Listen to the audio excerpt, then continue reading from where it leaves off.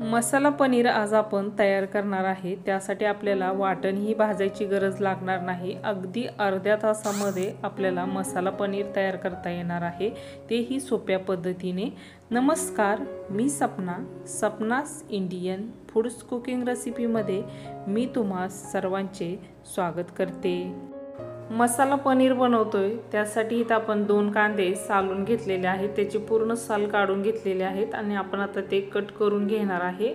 2 कांदे असे बारीक कट करून घेणार आहे आणि 1 टोमॅटो ही आपण आता इथे चिरून घेतलेला आहे। कुकरच्या टोपामध्ये आपण कुकरला 2 शिट्ट्या घेणार आहे। त्यासाठी मी कुकरच्या टोपामध्ये 2 कांदे, 1 टोमॅटो, 3-4 काजू, थोडेसे मगज बी आणि फ्लेवरसाठी आपण विलायची घेतलेली आहे। विलायचीचा फ्लेवर मसाला पनीरला खूप छान येतो, त्यामुळे त्यामध्ये आपण विलायची घातलेली आहे। थोडं लसूण, आलं, 1 चमचा आपण लाल तिखट घालून म्हणजे काश्मीरी लाल मिरची पावडर घेतलेली आहे। आता आपल्याला त्यामध्ये तेल ओतायचं आहे आणि कुकरच्या 2 शिट्ट्या आपण घेऊन हे वाफवून घेणार आहे। तोपर्यंत इथं आपण पनीर घेतलेलं आहे। पनीर इथे घेताना आपण पावशेर घेतलेला आहे। पनीर आपल्याला ज्या आकारामध्ये कट करायचं असेल ना त्या आकारामध्ये तुम्ही कट करून घेऊ शकता। इथं मी बारके चौकोनी असे ना तुकडे करून घेतलेले आहेत पनीरचे। कुकरच्या 2 शिट्ट्या देऊन इकडं आपण टोमॅटो, कांदा, मगजबी, काजू हे शिजवून घेतलेलं आहे। असं शिजवून घ्यायचं म्हणजे ह्याची ना पेस्ट एकदम अशी बारीक होते, त्यामुळे आपण ते शिजवून घेतलेलं आहे। आता आपण एका मिक्सरच्या भांड्यामध्ये ते भरून घेतलेलं आहे आणि बारीक अशी पेस्ट तयार केलेली आहे। गॅसवरती कढई ठेवून त्यामध्ये आपण 1 चमचा एवढं तेल, थोडीशी काश्मीरी लाल मिरची पावडर आणि थोडीशी हळद आणि थोडीशी मी कसुरी मेथी ही घातलेली आहे। थोडीशी अशी कसुरी मेथी घालायची म्हणजे पनीर ना भाजताना त्याला एक छान असा वास बसतो कसुरी मेथीचा आणि पनीर चवीला खूप छान लागतं, त्यामुळे त्यामध्ये आपण थोडीशी कसुरी मेथी घातलेली आहे। गॅसची फ्लेम आपण इथं लोच ठेवलेली आहे। लो फ्लेमवरतीच पनीर भाजून घेणार आहे म्हणजे छान असं पनीर ही भाजलं जातं। चवीनुसार त्यामध्ये आपण थोडीसं मीठ आणि थोडीशी कोथिंबीर घातलेली आहे। थोडंसं मीठ टाकून घ्यायचं पनीर भाजताना, त्यामुळे पनीरला खूप छान अशी चव येते, त्यामुळे आपण त्यामध्ये थोडंसं मीठ घालून इथं गॅसची फ्लेम लो ठेवून आपण 2 ते 3 मिनिट थोडंसं ना त्याला एक ब्राऊन कलर येईपर्यंत ना भाजून घेणार आहे। आता पनीर सुद्धा छान असं भाजलेलं आहे। आता आपण ना एका ताटामध्ये काढून घेऊया। त्याच कढईमध्ये आता आपण 1 पळी एवढं तेल ओतून घेणार आहे। घरचा मसाला 1 चमचा, थोडीशी हळद पावडर, लाल काश्मीरी मिरची पावडर अर्धा चमचा। आता मसाले आपल्याला तेलामध्ये थोडेसे ना भाजून घ्यायचे म्हणजे त्याचा कच्चा वास जातो।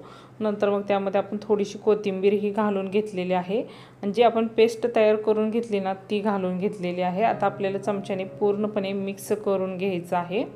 इथं बघा पूर्णपणे मसाल्यामध्ये ना ग्रेव्ही आपण जी तयार करून घेतलेली पेस्ट आहे ना ती मिक्स करून घेणार आहे। आता इथं आपल्याला गॅसची फ्लेम काय करायचं आहे, फुल ठेवायची आहे आणि फुल फ्लेमवरती तेल सुटेपर्यंत आपल्याला वाटण चांगलं भाजून घ्यायचं आहे।